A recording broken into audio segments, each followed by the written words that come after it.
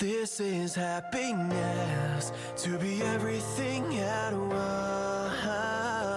Be unblinded, be unlearned, be unbridled and unburned.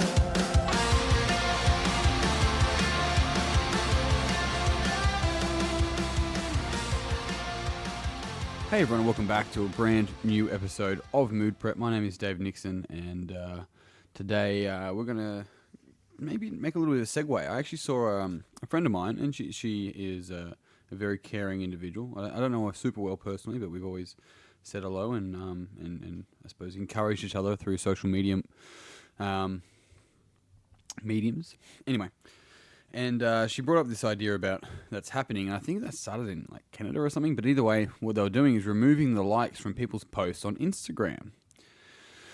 Now, this is pretty interesting because I think there's a lot of toing and froing about whether social media is good and bad, and is it destroying our children, or is it giving people anxiety? Is it making people focus on the wrong things and all this sorts of stuff. And I think it's a really powerful and important conversation. It's a challenging one as well because there's many facets to it. So she was sort of talking about how, I suppose in a roundabout way, this is a good thing. And one of the things she mentioned, she goes, my hope is that those who are struggling with mental health issues related to social media can use this as an opportunity to detach from their need for likes as a sign of their value. Post for you, boo, right? And if you end up listening to this, kudos to you, the person who posted it. You know who you are. Lots of love from my end because it's a good message, and I like it. I like the message. I want to continue on that message. I want to continue, looking further into that conversation because I know she just simply put up a short post. If you had a conversation with her, I'm sure it would have gone into far more detail. But here's the thing around social media: it's kind of like money, See, money doesn't make us bad or good. Money makes us more of who we already are, right? Hear that again. Money isn't bad or good. Money makes us more of who we already are. See, if we get more money, we're not a better person. But if you're broke, it doesn't mean you're a good person. It's money's just a form of energy, but we end up having emotional relationships with it, and sometimes having some somewhat beliefs or frames around currency and money and being either wealthy or poor, etc., etc., etc., that often cause many issues. Right, so the person who's struggling financially, if you gave them money, they'll continue to struggle financially. It's often a sort of idea around that. Now, social media is kind of the same, right? Is that social media is more like it's a window. It's like a loudspeaker to our insecurities. And I did a podcast a little while ago about people that basically are communicating or making decisions based on attention or based on intention. And what I pointed to in that conversation is that people go, oh, I don't go on social media, all those people wanting attention. That person maybe shaming is not the right word, but I'm going to use it, shaming the person who is wanting attention, right? But what they don't realize is that they're also making a decision based on attention, right? They're going, I don't want the attention, so I'm not going to go on there. It's still a decision based on attention rather than intention, right? Rather than going, well, what is my intention in communicating this piece to an audience? What is my intention in sharing this photo? So on and so on and so forth. If it's because you're bored and you haven't communicated to many people today, and so you're going to put up a post so you can get some sort of communication going, it's not my place to say that's right or wrong. It's my offer to say to you that maybe there's something else going on there that's worth leaning into, that's worth inquiring into and finding out more about yourself. Maybe there's an unease, right? If it was something viral, we would call it a dis-ease, right? Maybe there's an unease there, a mental unease that's causing these behaviors to reappear, which are called reactions. I feel sad, so then reaction to something that'll give me some sort of quick dopamine hit. Now, if social media isn't there, that doesn't go away. We just use something else, right? Maybe we text a friend. Maybe we go out and see the dog. Maybe we look at pictures. People might go to an extreme. Maybe they sit there and watch YouTube videos. Maybe they watch porn. Maybe they smoke a cigarette. You see, the things here, and I'm going back to her post now, my hope is that those who are struggling with mental health issues related to social media, the mental health issues, this is one thing that really is important, man, mental health issues, right? Let's talk about mental health. As a general meme in society, when I say mental health, we often think of the so-called, inverted commas, negatives: the anxiety, the depression, the anything associated. Those are the two big ones, right? But anything associated with that, when we say mental health, those are often what come to the forefront of the mind, right? When we say physical health, we don't think that. We more often actually, as a general meme, not everyone will think of the positives of the physical health. Have you noticed that? Can you see the conditioning, right? Break the stigma and all that kind of shit. Here's how you break the stigma. Your mental health is simply the level of healthiness that it's at. It's not a negative thing. Now, she said mental health issues, which is great, right?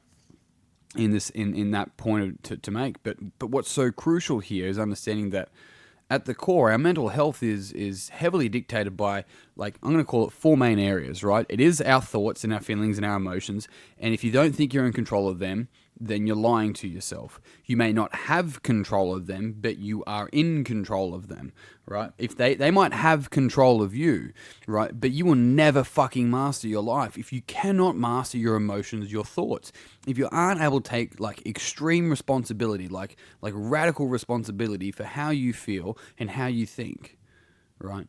And this is powerful, because when we do that, it doesn't mean that, you know, we're shaming all our thoughts and, it's all my fault, I'm a victim. It's not that. It's actually the opposite. It's like, you know what?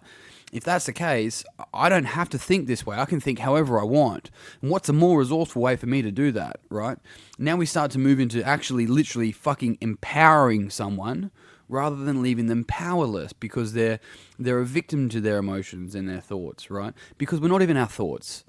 People go, these are my thoughts. They're not your fucking thoughts. If I picked you up, took you back 10 years and put you in a different part of the world, today you'd have different thoughts.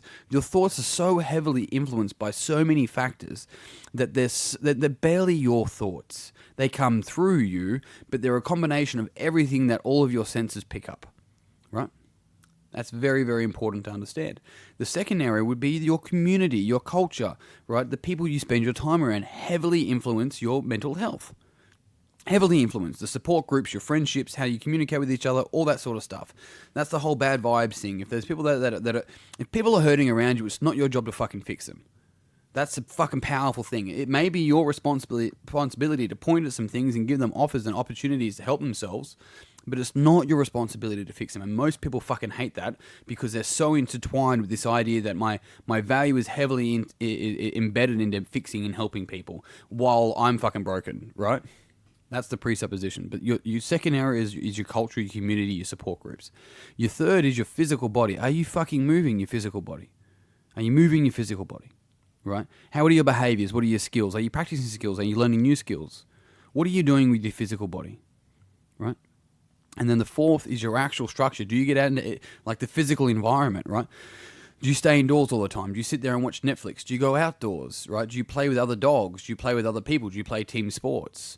Looking at these 4 areas, right? This is taking integral theory into an approach of this, allows us to understand that social media can fall within those.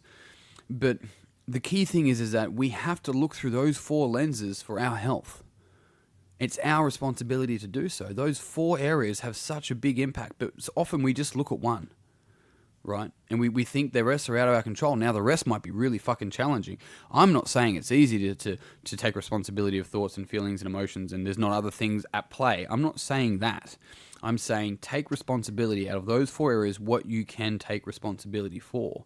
And understand it's a process. It's an absolute process. But if there's holes in those areas, the things like social media can really expose those and our insecurities get blurted out and we start making decisions more based on attention than intention. Hey? And then what we end up doing is blaming something like social media. Not to say that social media doesn't play a role, but, you know, it goes to the same thing. Guns don't kill people. You know, people kill people. It goes to the same. Social media doesn't give people anxiety.